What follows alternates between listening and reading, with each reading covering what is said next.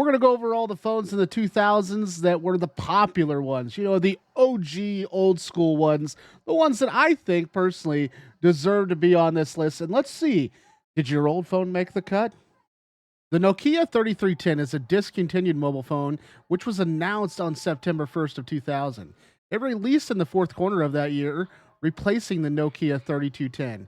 It sold very well, being one of the most successful phones with 126 million units sold worldwide and being one of Nokia's most iconic devices. The phone is still widely acclaimed and has gained a cult status due to its reputation for its durability. I can kind of remember like all of the games that it used to play. Wasn't that like the very first time we played Snake? Next up is the Sidekick 3, which I've always enjoyed how this phone just flips up. But overall, it doesn't have quite the cult following that the previous one had. The update of to the Sidekick 2 adds Bluetooth and a memory card slot and steps up to edge data and a megapixel camera. Megapixel camera. Other tweaks include a sleeker design and a unique new trackball control. Carryover features include a large screen that swivels to reveal a QWERTY keyboard, smartphone, and a full web browser. 64 MB of total storage, a display of 240 by 160, and it weighs at 6.49 ounces. But that camera, 1 megapixel? The Motorola Razor. What can we say about that? My very first phone, one of my very favorite phones, made by Motorola, and it was a division of Lenovo. Its current iteration since 2019, styled Motorola Razor, consists of a foldable smartphone of the original Razor line of flip phones. The original Razor model, then styled as RAZR, if you can remember that far back. The Razor V3 was a flip phone released in 2004 with a remarkably thin and fashionable look. It was one of the thinnest screens back then. It became extremely popular, leading to the release of the variety of different Razor models. The line was succeeded by the Motorola Razor 2 flip phones in 2007, and the Razor later evolved into a line of non-flip devices in 2011. Droid Razor, known simply as Motorola Razor on non-Verizon networks, bearing design similarities to the original design, Razor was revisited again in 2019, this time evolving into all-screen clamshell and foldables, which is getting bad reviews currently online.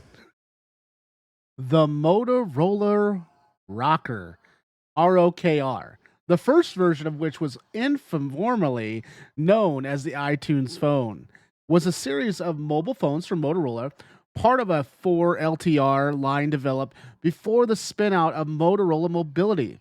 Rocker models were released starting in September 2005 and ending in 2009. They were notable for incorporating support of media player features. It launched back in September 7th of 2005 in San Francisco, California. The E1 is the first phone to be integrated with Apple's iTunes music player, the phone being the first iPhone in 2007. The phone had been widely expected, with technology sites reporting on collaboration between Motorola and Apple as far back as December 2004. I never knew that Apple came onto a Motorola phone. I didn't know that. The beautiful Blackberry 7230.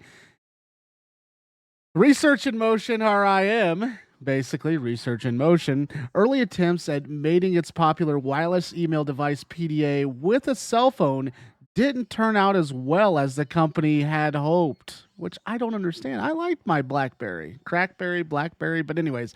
But the Blackberry 7230, our RIM's first color screen model, is a different story. It was offered by T-Mobile in the United States for a reasonable price of $400, which I think back in the day, $400 is a lot of money for a phone.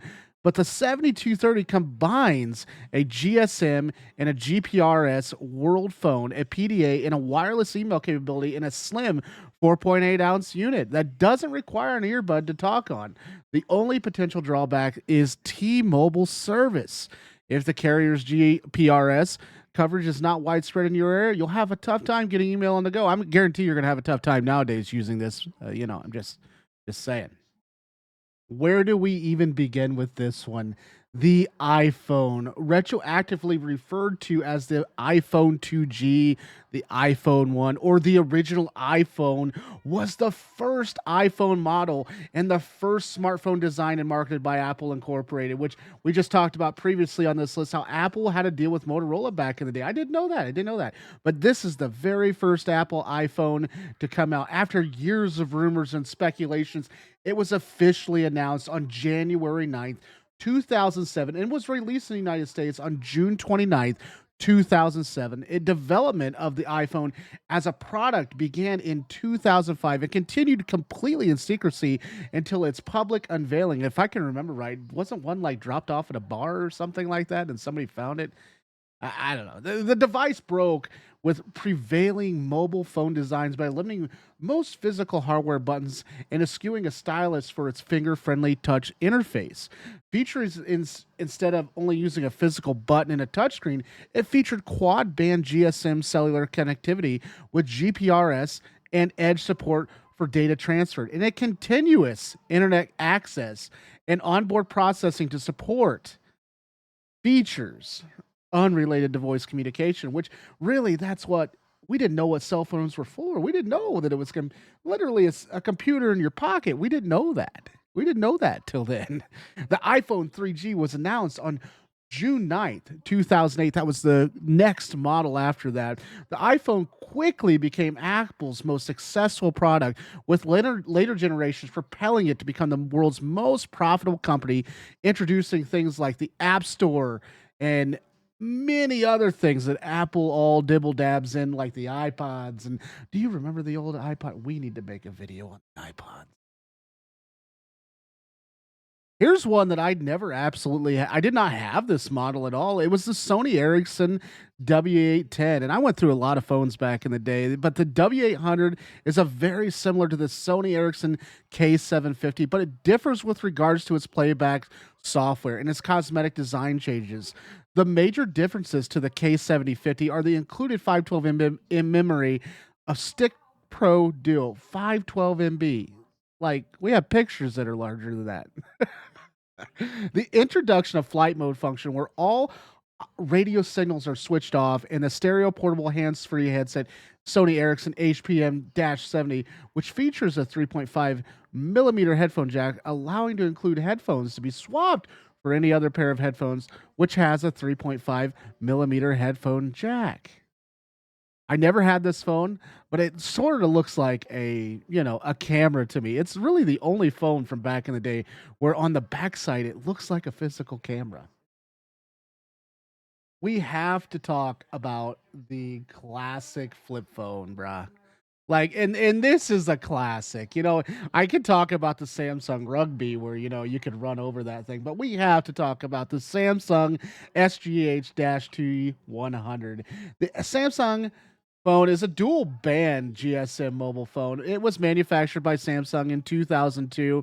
It was the first mobile phone to use a thin film transistor active matrix LCD screen. Prior to the release of the SGH T100, all phones had used passive matrix display technology. By 2003, it sold over 10 million units worldwide. And I can tell you, I think I broke a couple of these. But the antenna, who didn't chew on the antenna? It had one of them antennas that came up, if I remember right. Yeah. Let's move on. Here's another one that I on the list that I never even came across, nor did I ever see it. It was the Nokia N95, and it was a smartphone produced by Nokia as part of their N-series line of portable devices. It was originally announced in September 2006, and it was released in the market on March 2007. The N95 ran S60 third edition on the Symbian OS at version 9.2. It has a two-way sliding mechanism which can be accessed to either media playback buttons or a numeric keypad.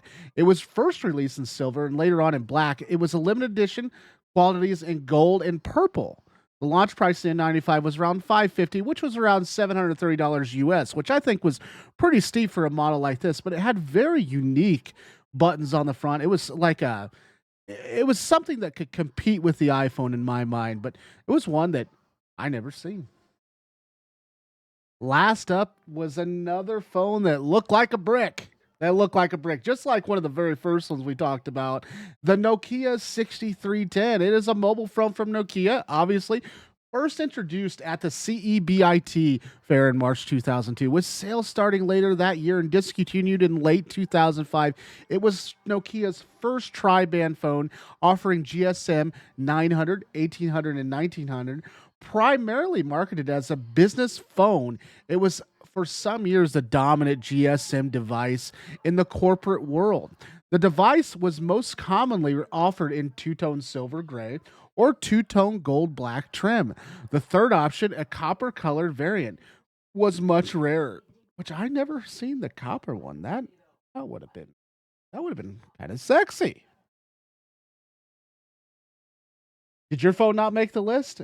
Like and comment below and tell me what you think. Maybe I messed up and I should add one.